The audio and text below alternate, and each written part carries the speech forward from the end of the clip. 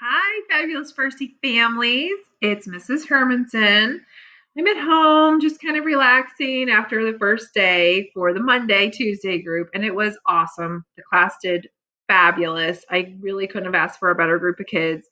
And I've been messaging individual parents tonight just to let you know how great it went. So I do want to go over one thing for all families, not just the red group, the one that comes on Monday, Tuesday, but also the yellow group that's going to be coming on Thursday and Friday. So, what I want to talk to you guys about tonight is the things that are going to be coming home every night in their backpacks. Okay.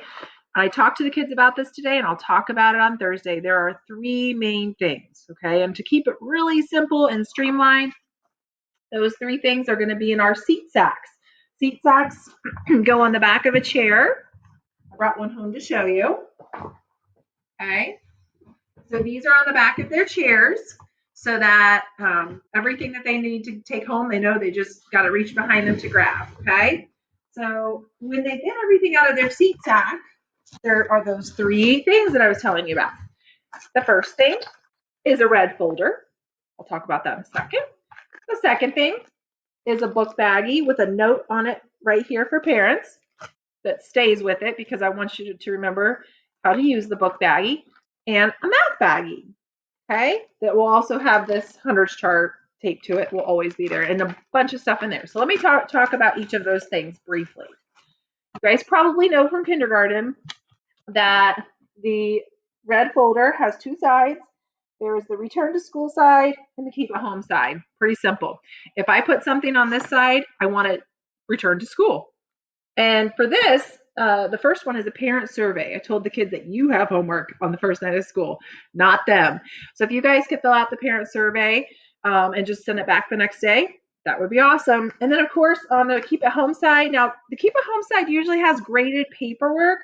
We've got nothing graded right now, but what I do have are some things that you can work with them on and keep at home.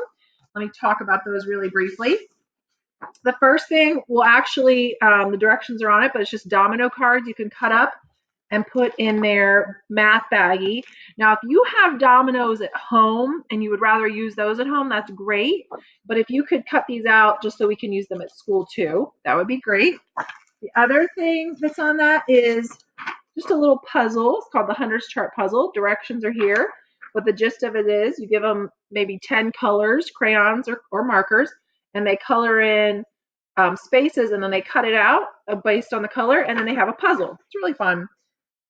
Um, Next thing, and this does not have to be returned, just like this doesn't have to be returned either, is phonics handwriting practice just for the first week of school. And it's pretty simple, and it's going to go over, it goes over the letters, sounds that we're going to be reviewing from kindergarten. Easy stuff. I'll talk a lot more about handwriting later because that's going to be done in the hybrid model more. And then the last thing that's in there is a kind of getting to know you poster. There's two sides. Since there are two sides, I would not do this in marker. Have them do this in color pencil or crayons or something that just doesn't bleed through to the other side, because there's one side and there's another side. And it's just a bunch of getting to know you stuff. We're going to keep these at home. And later on, as the hybrid model gets going, this will be something that students can present using different models or different, I can't think of the word. I'm trying to, different platforms. That's the word I'm looking for. So hold on to these though. And these don't have to be done right away. You'll have a couple weeks on these. So if this is something you don't have time for right now, just keep it somewhere at home where you'll remember where it is. I would suggest having like a desk area or something set up. And if it's at home, babysitter, daycare, whatever, try to get that worked out. Okay. So that's the red folder. Oh, wait. Very important. I almost forgot. On the back of the red folders, I'm going to cover up her information, are usernames and passwords to get into computers, programs, and things of that nature, so that that'll be at home and school. We were practicing getting onto our computers today, so I don't want them to be brand new to them when they come home to you later. All right, let's talk about the book baggie. All right, book baggies right now have 3 paper books in there. This is not typical. I just threw these in here at the beginning of the year so that there would be something in there and they could practice taking it back and forth. But the gist of these baggies is that this will be at your students' learning levels. So I use the Fountas and Pinnell A to Z.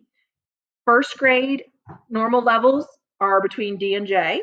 So at the beginning of the year, we're about a CD. Might be lower this year because we had a weird spring. So whatever level your student is, let's just say he or she is at level D.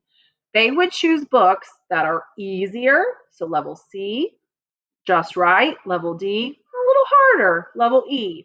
And the way we'll do that is we'll have some choice and I'll give them some too. So you'll get, your student will have about 10 classroom library books in here a week. And so this goes to and from school. All right. You need this to do some of the things for hybrid learning, but we also need it at school too. And especially on the days we're choosing new books, I would like to take those books out of their baggie. I'm going to put it in a breathing box so that those books can be set aside for a week. And then when it's been a week, I'll reshuffle them back into the classroom library population. Okay? Just to kind of help cut down on all the germs. The last thing is the math manipulative baggie. This one's pretty self-explanatory. It's really just a bag of hands-on math things. We call those manipulatives. So there's not a lot in it right now, but this will grow. But right now there's a tens frame work mat. Something handy for that work mat would be cubes. So we've got some cubes in there that they may need from time to time. I put a die in there to play games that will be coming home. There is a number line that doesn't have numbers on it. Kind of a reason for that too. And that's about it. And then the hunters chart that's on the outside. But more stuff's going to be coming in there as the year goes on. But again, all three of these things need to go home and back to school every single day. And as the year goes on, you'll kind of understand because you'll need those things. If you have any questions about this, please let me know. And we started that today. So my red group should bring all that stuff back on Tuesday. This will all go home on Thursday for the yellow group and should come back on Friday. All right. I will see everybody soon.